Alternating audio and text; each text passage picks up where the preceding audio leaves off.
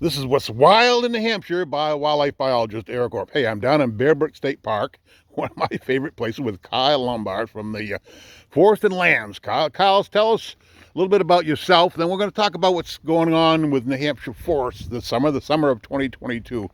Tell us a little bit about yourself, Kyle. How long have you been working for Forest and Lands? I've been with the Division of Forest and Land 28 years. 28 years. I still feel like the young guy, but I'm starting to be the old guy now. I bet. 28 years, and I'm the forest entomologist for the Division of Forest and Lands. Okay. And so I coordinate a small forest health program. There's Bill Davidson's a forest health specialist with our program, and Jim Weimer. So the three of us do statewide work on insects and diseases. Huh. And right now, what's hot? What's hot and what's not? Oh yeah. So gypsy moth, now known as spongy moth, is the big thing. You know, this year is the most defoliation probably since 1990. Yeah, I remember right here in Bear Brook and here in Epsom or Allenstown, that was when all the trees, pretty much, even the pines were hit. The understory was clobbered at times. Well, in 1983, we had 1 million acres defoliated. Okay. And this whole area had tons of mortality from it. Okay. All the high elevation, all the shallow soils, all the oak that was on those thin soils really got clobbered. So, well, 40 years later, you're probably still seeing the evidence of that. Oh, absolutely. How, so that it changed our forests. For sure. Yeah, so we have a lot more pine on some of those sites now than we used to. Okay.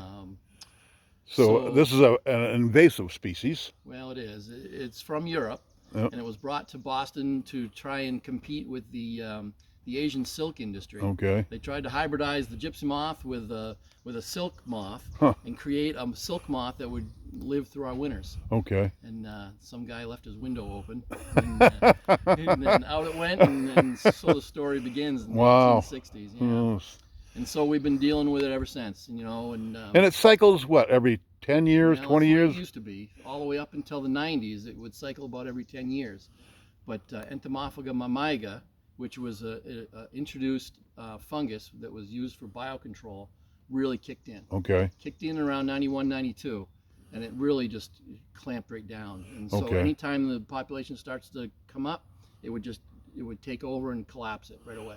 What's happening this year then? Yeah, exactly. We were just saying you set up in the Conway area. Well, a couple of weeks ago I was going up 93 to the North Country, and the trees were looking winter-like. A couple summers ago we had a really dry year. And so because the biocontrol is a fungus, it doesn't do well in dry years. So climate change, drier, more droughts, more risks. Less fungus, more gypsy moth. Wow. And so that's what's working right now. And so last year we had about 50,000 acres of defoliation. This year we're at about 100,000. Wow. And but the good news is that all these sites are absolutely full of the fungus now. They are. All of these defoliated sites, when you walk through them, you're seeing dead caterpillars everywhere. Ah, sweet. So it finally caught up. We had a good wet spring this year. Yep. And I think we're going to have 2 years, and it's going to be right back to normal 2 years from now. Okay. All right. Yeah. So last year and this, and next year you're picking better. I think next year we'll be down to maybe 20,000. Okay. And then hopefully the year after that we'll be back down to. Long term, how does, I think, other than killing trees, how about the production? Because we know it really likes the oaks, right? Yeah, so it loves how does that impact the acorn production? Well, that's a good question. So acorns are a two-year life cycle to completely get full grown. So the tree, I don't know the process particularly well. I think it's a mystery to most people. All right.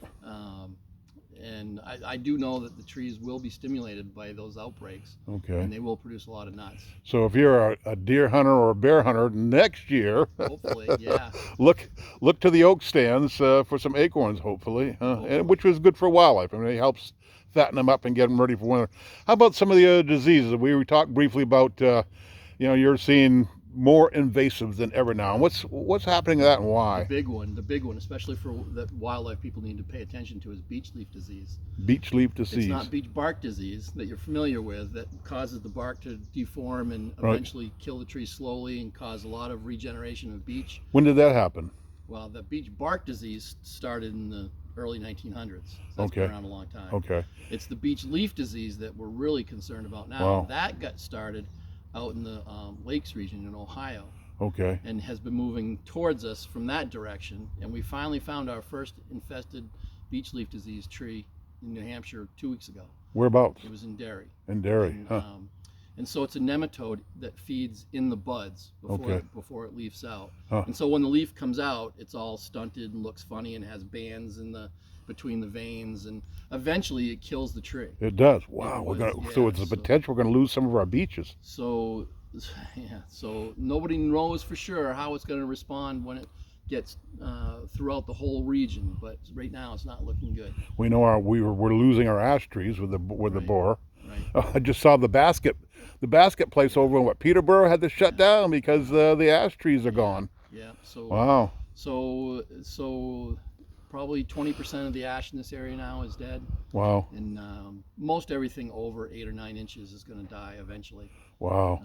But there's hope on that front too. You Okay. know, that biocontrol that we're releasing is working great. Oh, really? Oh, good. And, When we did have you a lot start of hope. doing that? We started maybe 6-7 years ago. Okay. All And right. we're releasing 3 different parasitoids in New Hampshire. Okay. That really hone in on the larvae of EAB, Okay. and each one of them is slightly different and attacks slightly different size trees Okay. and bark thicknesses, and we have a lot of hope that the next generation of ash is going to be protected. Okay. Nice. So, Nice. yeah. So we aren't going to lose them after all. Wow. Well, Well, who knows for sure. who knows for sure, but there's certainly we have biocontrols and they are working. Yep. The Nice. question is how long before they have Okay. complete Effective. control. All right. Yeah. How's now? You know, we're in a 3-year drought now. How's the? It's got to impact. It's got to make things worse if you get a drought like we've had the last 2 or 3 years.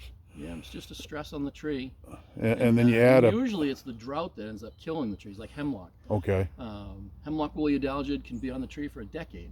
If the tree is healthy, it just withstands it. Okay. It just lives with it. But boy, the minute you get into a drought situation, it's just the end of it. Wow. So Wow.